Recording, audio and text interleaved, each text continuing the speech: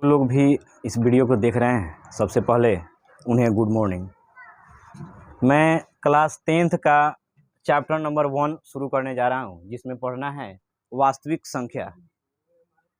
वास्तविक संख्या में हम लोग जानेंगे कि संख्या क्या है, संख्या को कितने भागों में बांटा गया है और उनके बारे में, उनकी परिभाषा को, उनको डीपली समझेंगे कि आखिर ये संख्या है क्या, उसके पूरे इतिहास के बारे में जानेंगे।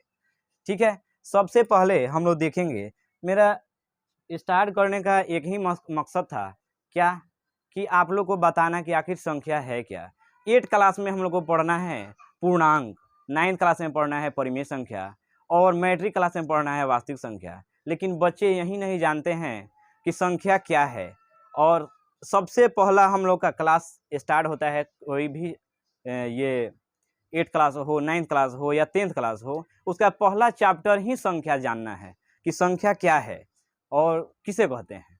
इसी में हम लोग मैट्रिक क्लास में हो या 9th क्लास, दोनों में काम देगा। मैट्रिक क्लास में है कि वास्तविक संख्या क्या है, तो समझेंगे हम लोग वास्तविक संख्या क्या है। जैसे कि संख्या, सबसे पहले समझते हैं संख्या।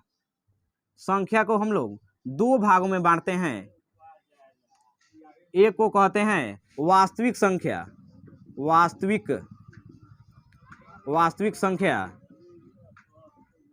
एक को कहेंगे काल्पनिक संख्या, काल्पनिक संख्या।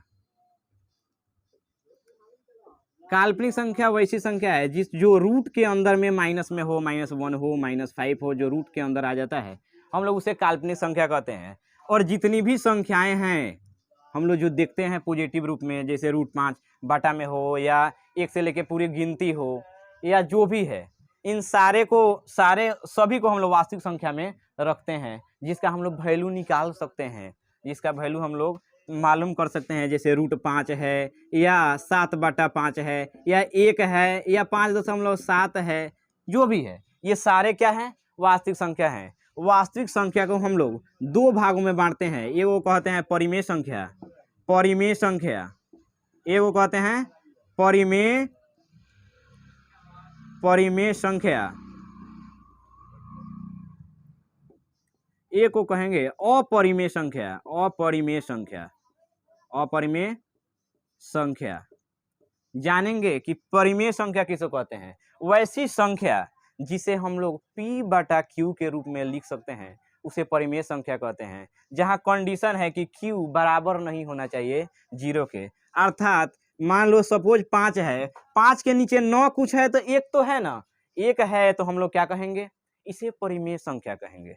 ठीक है, क्यों? क्योंकि इसे हम लोग P/Q के रूप में लिख सकते हैं। जैसे कि 7/5 है, 7/5 भी हमारा परिमेय संख्या है। क्यों?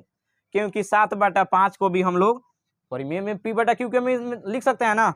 ये हमारा P/Q और बराबर नहीं होना चाहिए, किसके, 0 के बराबर नहीं होना चाहिए। यदि हमारा कोई भी संख्या है जिसके नीचे 0 हो गया, अर्थात 0 से भाग देना, 0 से जब भी हम किसी भी संख्या में भाग देंगे, वो क्या होगा, वो अपरिभाषित हो जाता है। इसका वैल्यू क्या आएगा, अपरिभाषित। और ये संख्या नहीं रह गया तो फिर हमारा परिमेय संख्या कहाँ से आएगा, है ना।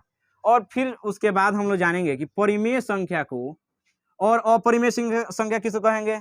जिस संख्या को हम लोग P/Q के रूप में नहीं लिख सकते हैं, उसे अपरिमेय संख्या कहते हैं। जैसे √5 को हम लोग अपरिमेय संख्या कहते हैं। जैसे कि √2, जैसे कि वैसी संख्या जो दशमलव के बाद बार बार अलग आते जा रहा है असीमित रूप से, उसे हम लोग अपरिमेय संख्या कहते हैं। ठीक है, हम लोग अपरिमेय को संख्या कहते हैं। इससे √5 को अपरिमेय क्यों कहेंगे, क्यों? क्योंकि √5 को या √2 को यदि रूट से बाहर निकालें तो ये प्रॉपर तरीका से निकलता नहीं है। 1.14 1 4 2 1 3 5 ... बहुत सारी संख्याएं अलग नियम से आते रहता है, इसीलिए हम लोग इसको क्या कहेंगे, अपरिमेय संख्या कहेंगे। लेकिन परिमेय संख्या, जैसे कि दशमलव वाला है, वो भी हमारा परिमेय संख्या है। जैसे 2.5 6 7 आके रुक गया तो फिर परिमेय संख्या है। क्यों? क्योंकि इसे हम लोग P/Q के रूप में लिख सकते हैं। जैसे कि 2 5 6 7 को यदि दशमलव को हटा दें तो 1 पर कई गो 0 लिखेंगे, 1 पर लिखेंगे 1 2 3 को 0 लिखेंगे ना।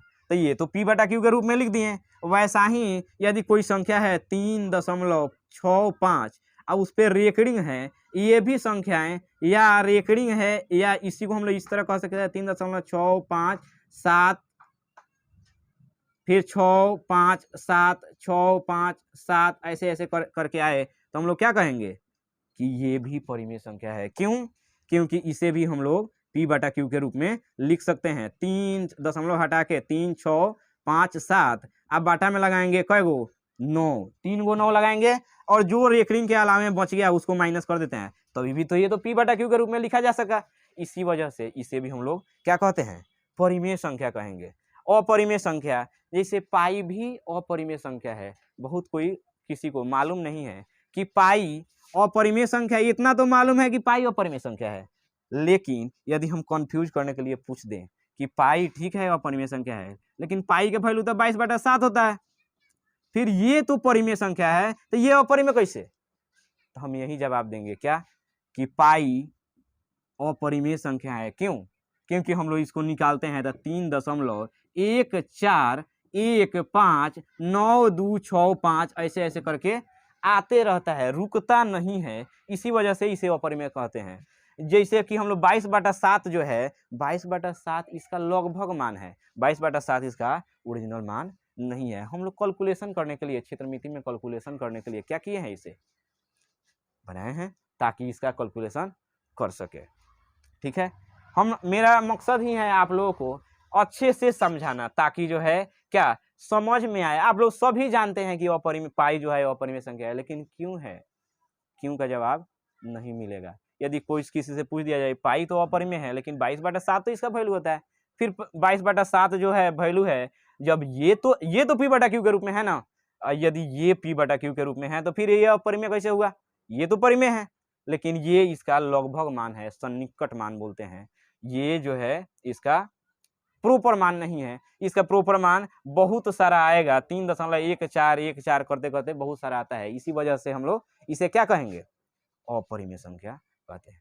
मेरा मकसद है कि आप लोगों को अच्छा से पढ़ाया जा सके और मैट्रिक में अच्छा नंबर आए, 400 से 450 से ऊपर आए, बिहार में टॉप करें, यही मकसद से जो है पढ़ा रहे हैं। ऑफलाइन तो बहुत दिनों से पढ़ाते हैं लेकिन ऑनलाइन स्टार्ट किए हैं ताकि जो है बहुत सारे बच्चे, वैसे बच्चे जो दूर गांव में रहते हैं या कहीं ऐसे जगह रहते हैं जहां जा नहीं सकते, या कहीं ऐसे होते हैं कि जो बार बार भूल जाते हैं, उन्हें हम लोग क्या करते हैं, हम लोग क्या करेंगे, उन्हें ही समझाने के लिए ऑनलाइन क्लासेज चलता है। ठीक है, ऑनलाइन क्लासेज चलता है और हमारा मकसद है कि आप लोगों को बहुत अच्छे से समझाएं। इसी अरमान के साथ एक 6 क्लास का एक कविता है कि अरमान, उस अरमान कविता में एक पैराग्राफ लाइन है कि जो हार कर बैठे हैं, जो उम्मीद मार कर बैठे हैं, हम उनके बूझे दिमागों में फिर से उत्साह जगाएंगे, कुछ करके दिखाएंगे। वैसे बच्चे जो हार कर बैठे हुए हैं, वैसे बच्चे जिन्हें लगता है कि मैथ नहीं आएगा, मैं हूँ आपके साथ और पढ़ाऊंगा भी और आएगा भी। ठीक है, चलिए आगे समझते हैं कि परिमेय संख्याएं। आगे हम लोग परिमेय संख्याओं को बांटते हैं किस में, तो एक को कहेंगे भिन्न, उसके बाद दूसरा को कहेंगे पूर्णांक इंटीजर, और एक को कहेंगे दशमलव।